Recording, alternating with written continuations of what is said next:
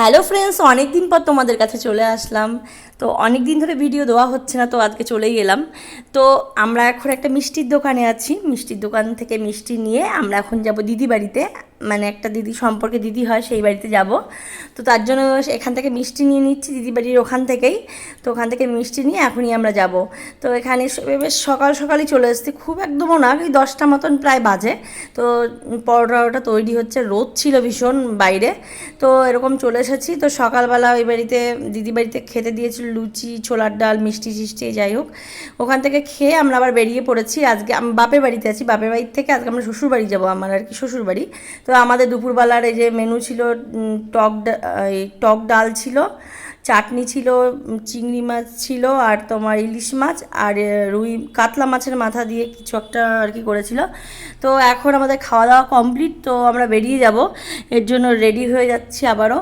তো রেডি হয়ে যাচ্ছি, যেহেতু আমরা বাইকে যাব, বাইকে এসেছিলাম, তো বাইকেই যাবো। তো ছেলে যাবে বলে একটু তাড়াহুড়ো করে যাওয়া আর কি, সকাল সকাল যাতে চলে যেতে পারি, এরকম আর কি ব্যাপার।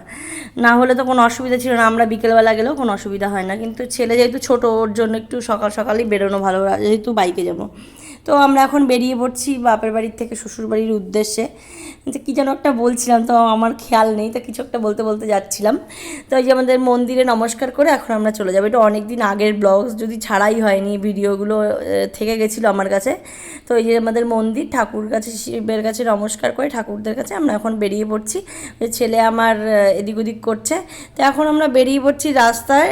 তো ছেলে যেতে না যেতেই আবার ছেলের কি যেন, ছেলে বলেছে আমার এইটা নিয়েছো, তো আমার হঠাৎ করে মনে পড়েছে আমি নেইনি কিছু, ওর একটা কিছু খেলনা টাইপের কিছু একটা, হয়তো ওইটা ওর হবে, তো আবার নেবে, আমি নিয়ে আসলাম যার জন্য ওখান থেকে।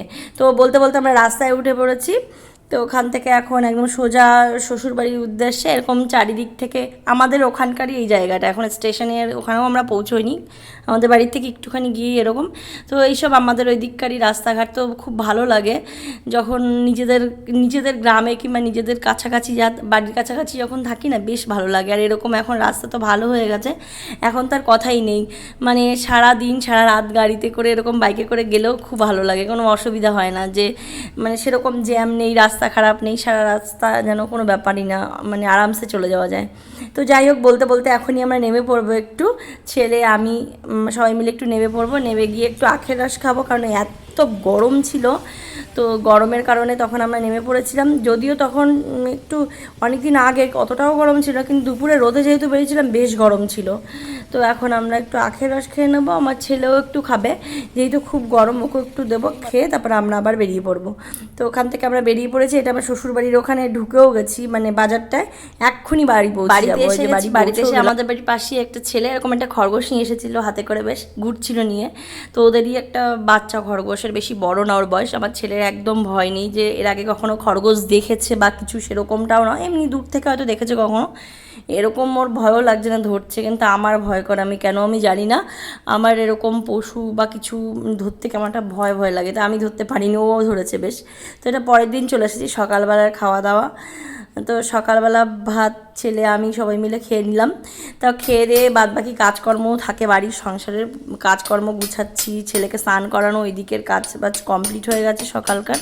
তো এদিকে দুপুরবেলা মানে খাওয়া দাওয়া হয়ে গেছে, ছেলেকে স্নান করানোর ঠিক আগে আমার হাজব্যান্ড এরকম দেয়ালটা, হঠাৎ করে আমি জানিও না এরকম দেয়ালটা ফাটাচ্ছে, আমি যে কী হচ্ছে ব্যাপার, আমি কিন্তু জানি না, মানে সেই সময় আমি দেখেছি। তারপরে জিজ্ঞাসা করলাম, বলছে বেসিংয়ের জল বার করবে তার জন্য, কিন্তু জিজ্ঞাসা করলে আমি বারণই করতাম, কারণ বার করানোর জন্য তো রাস্তা করা আছে, কিন্তু সে এখান থেকে বার করবে, ওখানে জল জমে থাকে, তার জন্য এখান থেকে নিয়ে কলপাড়ের দিকে নিয়ে যাবে আর কি, পাইপে করে। তাই ঘরটা ফালতু ফালতু ফাটাচ্ছ ঘরে, এরকম আর কি কিছু বলছিলাম। তারপর যা হোক, যে যা করবে করতে দাও তাকে, এরকম একটা ব্যাপার। তো আমরা এখন ছেলেকে আমরা স্নান টান করাবো, বেরিয়ে পড়ে এইগুলো নিয়েও এসছে, ছেলেকে স্নান করাবো, যদিও এগুলো দেখালাম, এগুলো কী সব কিনে মিনেও নিয়ে আসছে, পাইপ টাইপ, আমি কিছুই প্রথমে জানতাম না এসব আর কি করছে।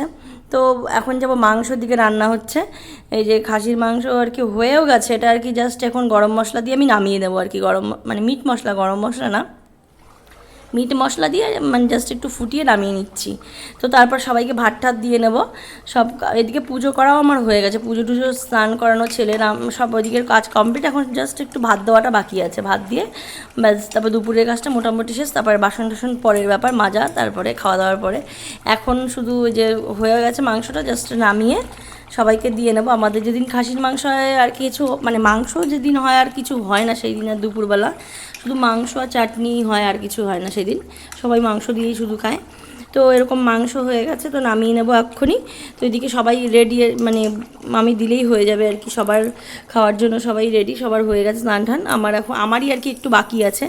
এই যে এখন হয়েও গেছে, একটু জাস্ট ফুটে উঠলেই বন্ধ করে দেবো, নিয়ে এখন ওইদিকে আমাদের বাইরে রান্নাঘরে যেখানে খাওয়া দাওয়া হয় এখানে নিয়ে আমি সবাইকে খাওয়া দাওয়ার দেওয়া কমপ্লিট হয়ে গেছে। আমি ঘরে নিয়ে এসেছি, ঘরে ঢেকে রেখে দিয়েছিলাম খাবারগুলো। ছেলে ঘুমাচ্ছিল, ঘুম থেকে উঠেছে, তখন আমি আর ছেলে দুজনে এখন একসাথে খেতে বসবো। ওকে স্নান টান করে ঘুম পাড়িয়ে দিয়েছিলাম, দিয়ে আমি পুজো দিয়ে আমি স্নান করে ওইদিকে খাবার দেওয়া হয়ে গেছে সবাইকে, সবার মানে খাওয়া দাওয়া হয়েও গেছে। আর আমি আর ছেলের কেবলই ঘুম থেকে উঠলো। তো কী বলছিলাম আমি আদৌ উল্টো পাল্টা আমি জানি না, তো ভয়েস ওভার দিয়ে দিলাম। তো তোমাদের যদি ব্লগসটি ভালো লাগে অবশ্যই চ্যানেলটি সাবস্ক্রাইব করে দিও।